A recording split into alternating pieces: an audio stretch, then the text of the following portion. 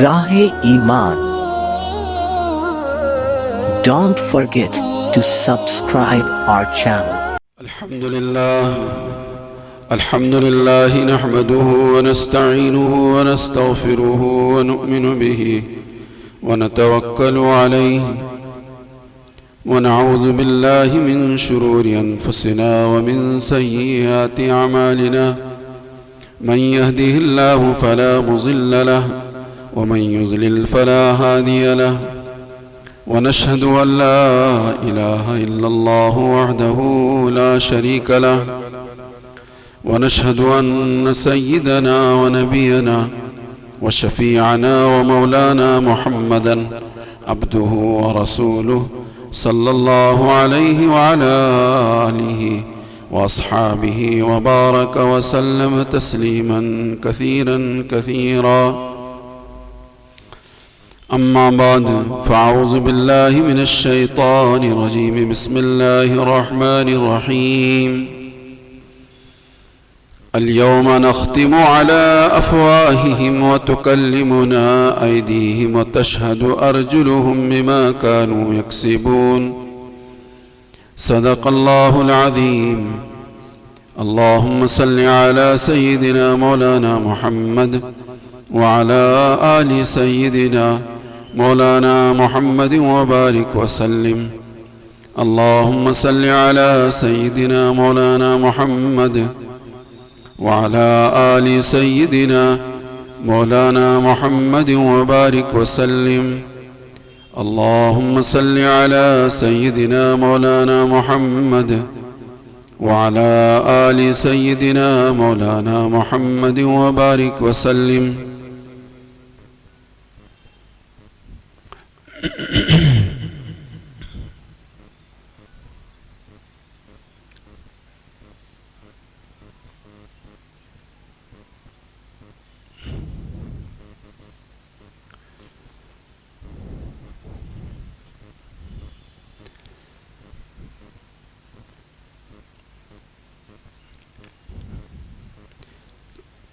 کل قیامت کے دن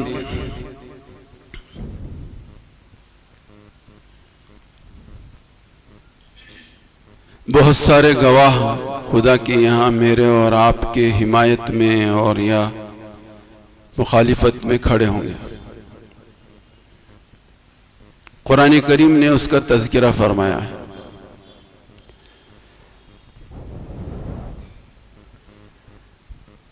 بعض لوگ اپنے گناہوں کا انکار کریں گے اللہ کے دربار میں. اللہ یہ کہیں گے کہ تو نے یہ کیا یہ کیا یہ کیا، تو کہے گا نہیں میں نہیں مانتا، میں نہیں مانتا. دنیا میں بھی ان کو ماننے کی عادت نہیں تھی، وہ خدا کے دربار میں بھی مان کر نہیں دیں گے. وہ کہیں گے کہ میں کوئی باہر کا گواہ میرے خلاف میں قبول نہیں کرتا. حضرت محمد رسول اللہ صلی اللہ علیہ وسلم نے اس روایت کو بیان فرمایا. حضرت انس کی روایت تو مسکرایا حضور نے، مسکراتے ہوئے انسان کی اس حالت کو بیان فرمایا کہ ایسے بھی لوگ ہوں گے کہ خدا کے دربار میں خدا سے جھگڑیں گے. مسجد میں تو لڑتے تھے، کل قیامت کے دن خدا کے سامنے بھی وہ کچھ لوگ ایسے، مسجد میں لڑنے والے نہیں، کچھ لوگ ایسے ہوں گے دنیا میں جو اللہ کے سامنے بھی اللہ سے لڑیں گے، کہیں گے نہیں میں نہیں مانتا، میں نہیں مانتا، میں نے کیا ہی نہیں، میں نے کیا ہی نہیں. قرآن کریم نے اس کے سلسلے میں بیان فرمایا الیوم نختم علی افواہہم وتکلمنا ایدیہم وتشہد ارجلہم بما کانوا یکسبون. اللہ پاک اس کی بولتی بند کر دیں گے، اس کا پھڑپھڑانا بند کر دیں گے، اس کا چک چک کرنا بند کر دیں گے، اس کے منہ کو مہر لگا دیں گے. الیوم نختم علی افواہہم. اور آگے اللہ کہتے ہیں وَتُكَلِّمُونَ أَيْدِيهِمْ، ہم اس کے ہاتھ سے بات کریں گے. اللہ یہ کہتے ہیں وَتُكَلِّمُونَ أَيْدِيهِمْ، ہم اس کے ہاتھ سے بات کریں گے. ہاتھ بات کرے گا اللہ سے، ہاتھ بات کرے گا. اور آج کے زمانے میں یہ ہاتھ کا بات کرنا، اس کا بات کرنا، اس کا بات کرنا سمجھنا کوئی مشکل نہیں ہے۔ آج ترقی یافتہ زمانے کے اندر چھوٹی چھوٹی یہ لوہے کی چپیں جو ہیں وہ بات کر رہی ہیں، لوہے کی چپ چھوٹی سی ہوتی ہے وہ بات کر رہی ہے، موبائل میں کیا ہے چھوٹی سی چپ ہے وہ بات کر رہی ہے۔ سب ہم بات کرتے ہیں پھر وہ سننا چاہتے ہیں تو وہ سناتی ہے، سب سناتی، سب ساری چیزیں سناتی ہیں۔ اور حضور کے معجزات میں بہت ساری چیزیں ہیں، آپ نے سنا ہوگا، بار بار سنا ہوگا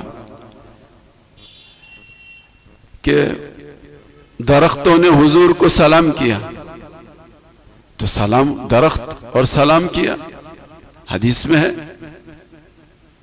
حضور فرماتے ہیں کہ مکے کے ان پتھروں کو میں پہچانتا ہوں جنہوں نے میری نبوت سے پہلے مجھے سلام کیا۔ آپ ابھی نبی نہیں بنائے گئے تھے، لیکن حضور جب بھی اس پتھر کے پاس سے گزرتے تھے تو پتھر السلام علیکہ یا رسول اللہ کہتے تھے، تو پتھر بات کرتے تھے، حضور درخت بات کرتے تھے، پتھر بات کرتے تھے۔ بے ایمان آئے کہ ہم آپ کی نبوت کو مانیں گے، بتاؤ اس میں کیا ہے، ہماری مٹھی میں کیا ہے؟ تو حضور نے ان کو حکم دیا، اللہ کے حکم سے تم بولنا شروع کر دو۔ انہوں نے لا الہ الا اللہ محمد رسول اللہ کس نے پڑھا؟ وہ چھوٹی چھوٹی کنکریاں جو بے ایمانوں کے ہاتھ میں مٹھی میں تھی، اس میں سے آواز آنی شروع ہوئی، لا الہ الا اللہ محمد رسول اللہ کی آواز آنی شروع ہوئی۔ مسجد نبوی میں استوانہ حنانہ ہے، جس طرح سے آج جمعہ میں ممبر کے اوپر بیٹھ کر بات کرتے ہیں، حضور کے زمانے میں شروع زمانے میں ممبر نہیں تھا۔ حضور جو بھی بات کرنا ہوتا تھا حضور کو، حضور لمبا لمبا بیان نہیں کرتے تھے، بہت مختصر 5 منٹ کا 10 منٹ کا۔ سب سے لمبا خطبہ حضور کا جو ہے وہ عرفات کے میدان کا ہے۔ اتنے بڑے بڑے خطبے حضور کے، گھنٹے گھنٹے کے تقریریں وہ آج شروع ہو گئی۔ یہ سنت نہیں ہے، سنت حضور ایسا نہیں کرتے تھے، بہت مختصر 5 منٹ کے 10 منٹ کی بات ہوتی تھی، بس خطبہ ہوتا تھا۔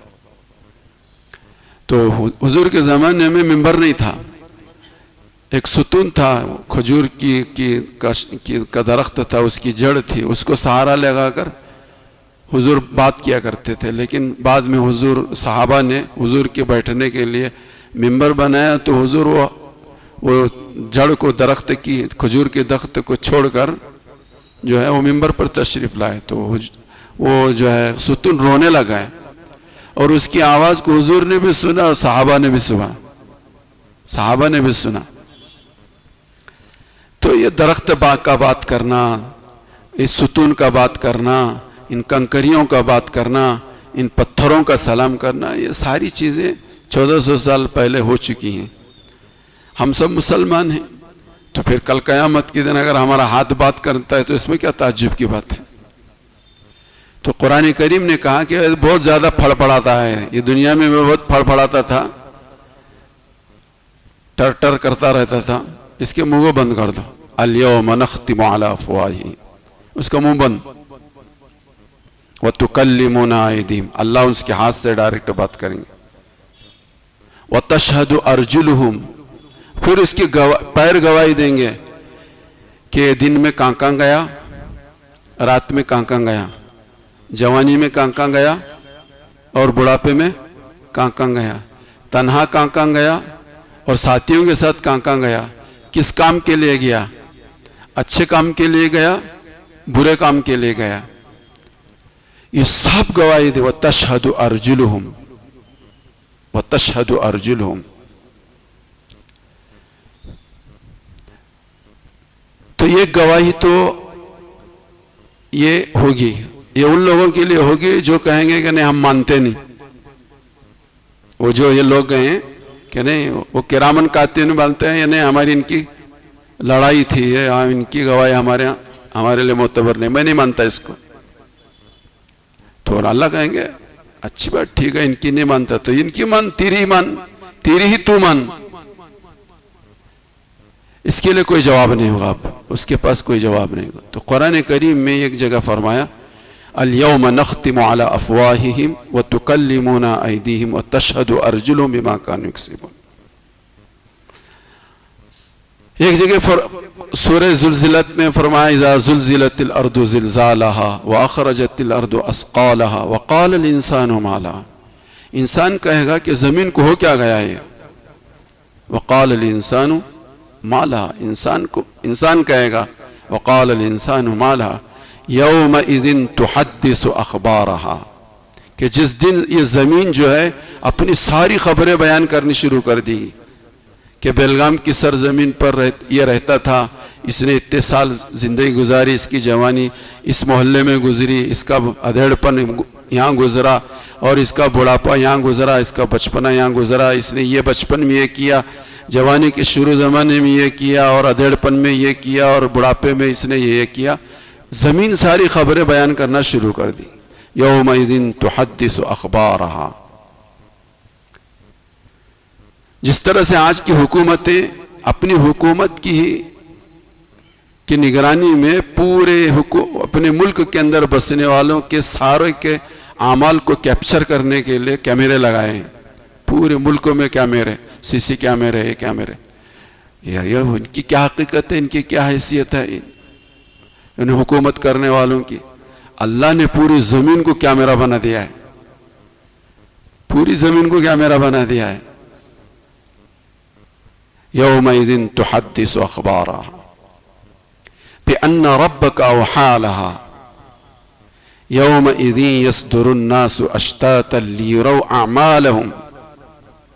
کہ ہر آدمی اپنے عمل کو دیکھے گا, کوئی دکھائے گا نہیں, ہر آدمی دیکھے گا.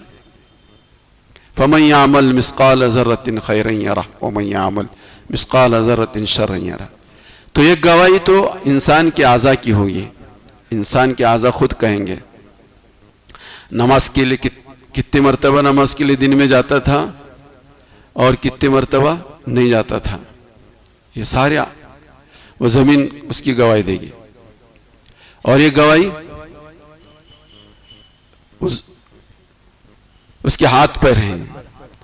اور ایک گواہی قرآن کریم نے کہا وَتَرَى كُلَّ أُمَّةٍ جَاسِيَةٍ كُلُّ أُمَّةٍ تُدْعَى إِلَى كِتَابِهَا الْيَوْمَ تُجْزَوْنَ مَا كُنتُمْ تَعْمَلُونَ هَذَا كِتَابُنَا يَنطِقُ عَلَيْكُمْ بِالْحَقِّ إِنَّا نَسْتَنسِخُ مَا كُنتُمْ تَعْمَلُونَ. 25ویں پارے میں سورہ جاسیہ میں قرآن کریم نے کہا کہ کل قیامت کے دن انسانوں پر ایسی ہیبت, ایسی وحشت اور ایسی دہشت چھائی ہوئی ہوگی کہ علامہ حافظ. اگر صحیح معنوں میں ہم سب کو یقین ہو جائے کہ مرنے کے بعد کے مناظر, احوال اور منزلیں اور وہاں کی حالات کیا ہیں, تو آدمی کھانا پینا چھوڑ دے.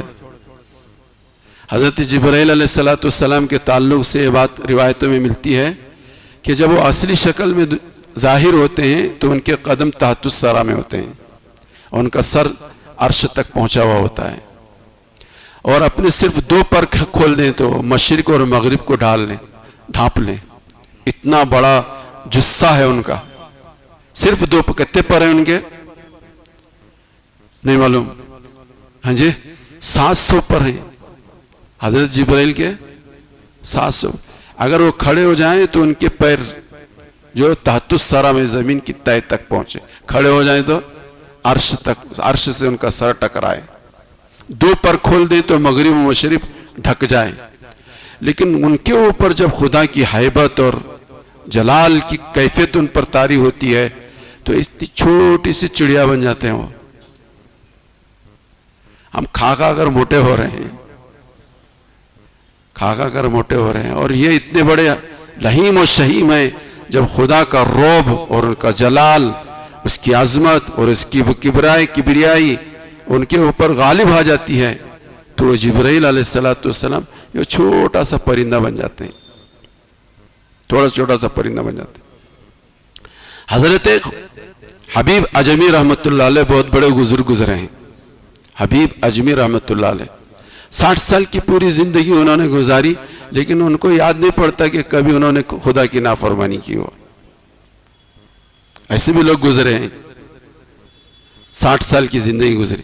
60 سال کے بعد ان کی آخری زندگی کے آخری دن آئے تو رونے لگ گئے, رو رہے تھے. تو لوگوں نے پوچھا کہ کیوں رو رہے ہیں, موت سے گھبرا کے رو رہے ہیں کیا؟ نہیں, کہا موت گھبرانے کی چیز نہیں, موت سے گھبرا کر نہیں رو رہا ہوں, اس لیے رو رہا ہوں کہ مجھے تو نہیں یاد پڑتا کہ میں نے کوئی گناہ کیا ہو, لیکن میں اس لیے گھبرا رہا ہوں کہ اللہ نے اگر کل قیامت کے دن اپنے سامنے مجھے کھڑا کر کے پوچھا, اے حبیب اجمی کوئی ایک تسبیح ایسی بتا دے کہ جس میں شیطان کا دخل نہ ہو, کوئی ایک تسبیح ایسی بتا دے کہ جس میں شیطان کا دخل نہ ہو, تو میرے پاس کوئی جواب نہیں. کون کہہ رہے ہیں؟ میری اور آپ کی نماز, میری اور آپ کی تسبیح تو کسی کونے میں نہیں ہے, اس کا تو کوئی سوال ہی نہیں ہوتا ہے. تو یہ تو قرآن و حدیث سے اس کا ثبوت ہے. عمل کی بنیاد پر ہم جنت میں نہیں جائیں گے, عمل کی بنیاد پر جنت میں نہیں جائیں گے. خدا کا فضل شامل حال ہوگا تو ہی ہمارا تمہارا بیڑا پار ہوگا, جہنم سے بچائے جائیں گے, جہنم میں چلے جائیں گے. لیکن خدا کا فضل کس کے ساتھ شامل حال ہے, اس کی علامت کیا, اس کی پہچان کیا؟ اس کی پہچان یہ ہے کہ اللہ پاک جیتے جی اسے نیک کام کرنے کی توفیق دے رہے ہیں, نیک کام کرنے کی توفیق دے رہے ہیں. اس بات کی علامت ہے کہ خدا کا فضل اس کے ساتھ جڑا ہوا ہے. باقی میرے ہمارے عمل کی کوئی حقیقت کوئی حیثیت نہیں ہے. اس بات کی علامت ہے کہ اللہ ہمیں مسجد میں آنے کی توفیق دے رہا ہے, ہمیں کوئی نیک کام کرنے کی توفیق دے رہا ہے, عمل بالمعروف نہی عن المنکر کے لیے قبول کر رہا ہے, انسانوں کی خدمت کے لیے ہمیں قبول کر رہا ہے, اللہ کو خوش کرنے والا کوئی کام کرنے کے ہمیں توفیق دے رہا ہے, سنتوں پر ہماری زندگی آ رہی ہے. یہ اس بات کی علامت ہے کہ خدا کا فضل ہماری طرف متوجہ ہے, ہماری طرف متوجہ. اسی فضل کی وجہ سے جنت میں جائیں گے, عمل کی بنیاد پہ جنت میں نہیں جائیں گے. تو حبیب اجمی ان کو کہتے کہ مجھے تو یاد نہیں پڑتا کہ میں نے خدا کی کوئی نافرمانی 60 سال کی پوری زمانے میں کوئی گناہ کیا ہو, نہیں یاد پڑتا مجھے. لیکن کل قیامت کے دن اللہ مجھے یہ پوچھ لے کہ حبیب ایک تسبیح ایسی بتا دیں, ایک مرتبہ کا سبحان اللہ کہنا ایسا بتا دیں کہ جس میں شیطان کو دخل نہ ہو, میرے پاس کوئی جواب نہیں, بس اس کی وجہ سے رو رہا ہوں, اس کی وجہ سے رو رہا ہوں. اسی لیے تو بار بار آپ حضرات نے سنا ہوگا, حضرت ابو بکر صدیق کہتے تھے کاش کہ میں انسان نہ بنایا جاتا, میں تو کوئی چڑیا ہوتی تو بہت بہتر تھا, درخت کا پتا ہوتا تو اچھا تھا. حضرت ابو ہریرہ رضی اللہ تعالیٰ عنہ, اس سے پہلے میں نے پوری زندگی ان کی سنایا تھا میں آپ کو, حضرت ابو ہریرہ کی کیسے بچپن ان کا گزرا, جوانی کیسے آئی, حضور کی خدمت میں کیسے آئے, حضور کے زمانے میں ان کے حالات کیا تھے, بعد میں کیا حالات بنے, یہ سارا سنایا تھا میں آپ حضرت کو, شاید یاد ہو. وقت آخری وقت ہے. ان کی زندگی کے 2 مقصد تھے, حضرت ابو ہریرہ کی زندگی کے مقصد 2 کیا تھے؟ اسی کے لیے جینا اور اسی کے لیے مرنا. کیا؟ ایک مقصد یہ تھا کہ میری آنکھ ہو اور حضور کی زیارت ہو, بس ہمیشہ حضور کو دیکھتا رہوں. یہ میری زندگی کا مقصد تھا. میری زندگی کا مقصد کیا؟ سب سے بڑا مقصد, سیرت نگاروں نے لکھا سب سے پہلا مقصد حضرت ابو ہریرہ کا کیا؟ حضور کی زیارت, حضور کو دیکھتا رہوں. اور دوسرا مقصد کیا؟ حضور جو سنائے سنو, اس کے محفوظ کروں, لوگوں تک پہنچاؤں. اس کے علاوہ میرا نہ کمانا, نہ کھانا, نہ بیوی, نہ بچے, کچھ نہیں. حضرت عمر رضی اللہ, حضرت ابو ہریرہ حضور کے زمانے تک ان کا نہ شادی, نہ گھر, نہ بچے, کچھ نہیں تھی, صرف ایک ماں تھی. حضرت ابو ہریرہ کی ایک ماں تھی, بس اس کی خدمت اور دوسرا کوئی کام نہیں. کھانے کو ملا تو کھانا, وہ بھی حضور کچھ دیے تو کھانا, کبھی ملتا تھا کبھی نہیں ملتا تھا, کئی دن تک فاقے ہوتے تھے, بے ہوش ہو کر گرتے تھے. لوگ سمجھتے تھے کہ مرگی کی بیماری مبتلا ہیں, اور لوگ آتے تھے اور ان کی گردن پر پیر رکھتے تھے, مرگی کا علاج تھا. حضرت ابو ہریرہ کہتے ہیں مرگی کچھ نہیں تھی, کوئی بیماری نہیں تھی. بھوک کی شدت اتنی سخت ہوتی تھی کہ اس کی تاب نہ لا کر میں بے ہوش ہو کر گرتا تھا. ہمارا مقصد ہی نہیں کھانا پینا, کھانا مقصد ہی نہیں. ہماری زندگی کا مقصد کھانا بن گیا, گوشت بند ہو گیا, سب پریشان ہیں. اب